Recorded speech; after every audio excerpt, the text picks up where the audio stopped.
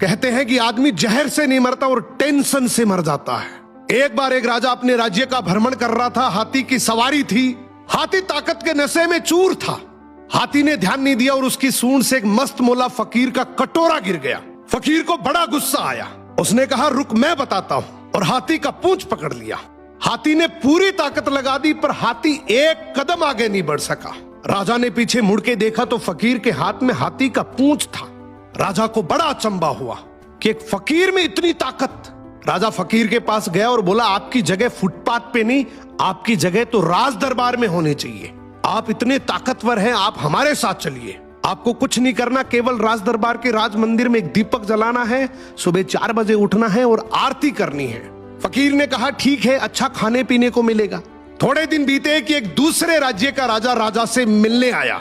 राजा ने रौब जमाने के लिए बातों ही बातों में बोल दिया कि हमारे राज्य की सेना और प्रजा की तो बहुत दूर की बात है, हमारे राज्य के तो फकीर भी इतने ताकतवर हैं कि एक बार तो हाथी को भी पकड़ ले तो हाथी भी एक कदम नहीं बढ़ सकता।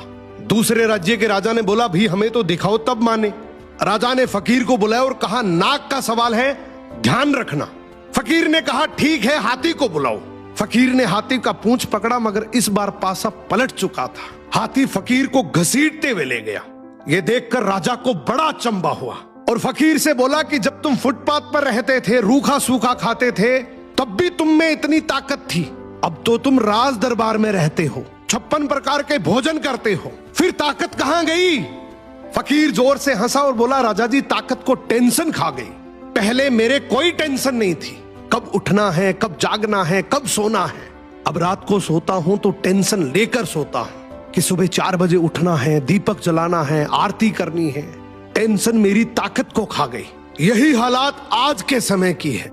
हम सोते हैं तो हर दिन हजारों टेंशन लेकर सोते हैं, जो हजारों बीमारियों को न्योता देती है, जबकि हमें पता है कि टेंशन करने से कुछ नहीं होगा।